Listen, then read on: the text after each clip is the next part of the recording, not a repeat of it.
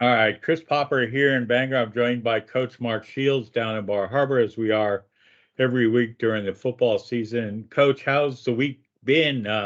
Again, you've had to deal with torrential rain during your practice schedule. Yeah, it's been an interesting week. I still feel as though we've had a good week of practice, but right, so Tuesday, we did end up getting out on the field.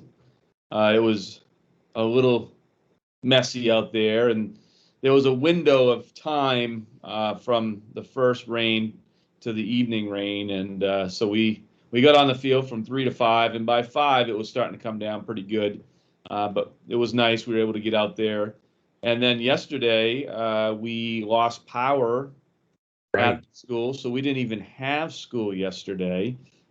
So I ended up having a practice from 11 to 1 and just had the varsity kids come in because I didn't want the JV kids to have to worry about transportation because obviously most of them don't drive. And so I ended up, I think I had maybe 14 guys here um, yesterday, Wednesday, for a varsity practice, and we were able to get through, um, our offense and our defense and do some individual drills. I mean, the one nice thing about just having, 14 guys is you can get a lot of reps in.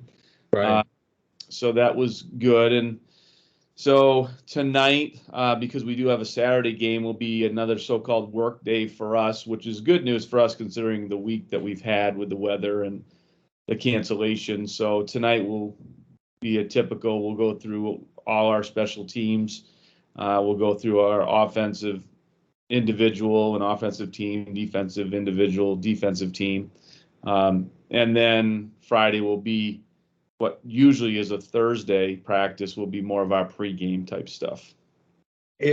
Lots riding on this game against Lake Region. I mean, right now you're inches ahead of Waterville for first place in the Crabtree points. I mean, obviously you win and you get that percentage as well. I mean, so that's going to be imperative that you win to finish first.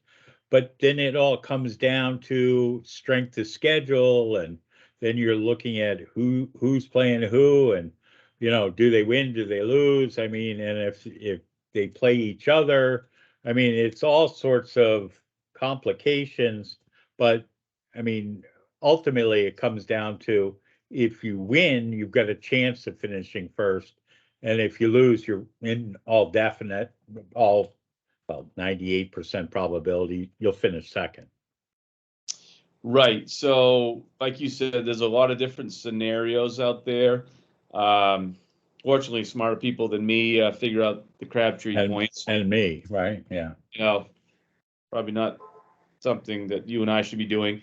Um, but yeah, so I keep telling the kids once again, control what we can control, and what we can control is trying to get a win down the Lake region, and then you know everything else will take care of itself. And if we're able to get a win, then yeah, we would have a shot at being number one. And I think worst case scenario, we would be number two.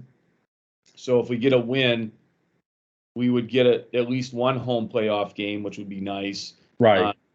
if we don't win, then we're probably going to third, and then we're on the road, through the playoffs. So it's a big game for us. I told the kids, this week that really our playoffs start this week because we want that home playoff game. And yeah, you're right. I mean, there's one crazy scenario. Mark Arnold, one of my assistants, brought this up.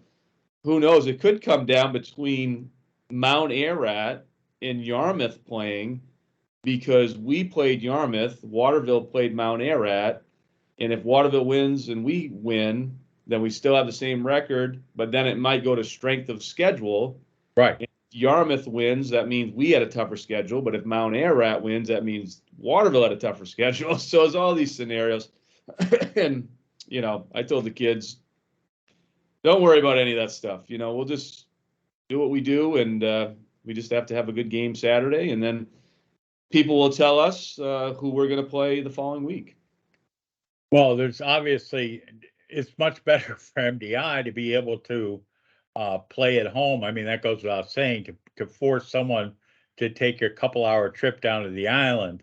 Um, it certainly works in your favor. And I mean, as we've seen pretty much time and time again, when it comes to the playoffs. Yeah, absolutely, Chris. And you and I have been doing this a long time together, and we know that, you know, it's a long ride for teams to get down here. I mean, other than Ellsworth, we don't really have a close opponent, and especially in this new conference that we're playing in the 8-man large school north. So, yeah, I mean, those schools. I mean, it's hard to believe Morse is in the north with us, and if we happen to lose against Lake Region, we could be headed to Morse, Bath, Maine, for a playoff game. Right. I'd much rather have Morse come to us. So, Well, and I was going to say, there's also the possibility if Ellsworth beats Great New Gloucester on Friday night, game that's going to be here on the radio. I mean, they could conceivably finish fourth, and then you might end up playing them again. But again, like we said, win and then let the chips fall where they may, but control what you can control. absolutely, absolutely. So, yeah, I mean, we just got to keep working hard and getting better every day and play well on Saturday. I did see something where McGonigal from Yarmouth now has 1,700 yards of rushing. I believe it's somewhere around there in this season. He's the all-time leading Yarmouth rusher, and he's just a junior. I mean, what a beast! What a beast!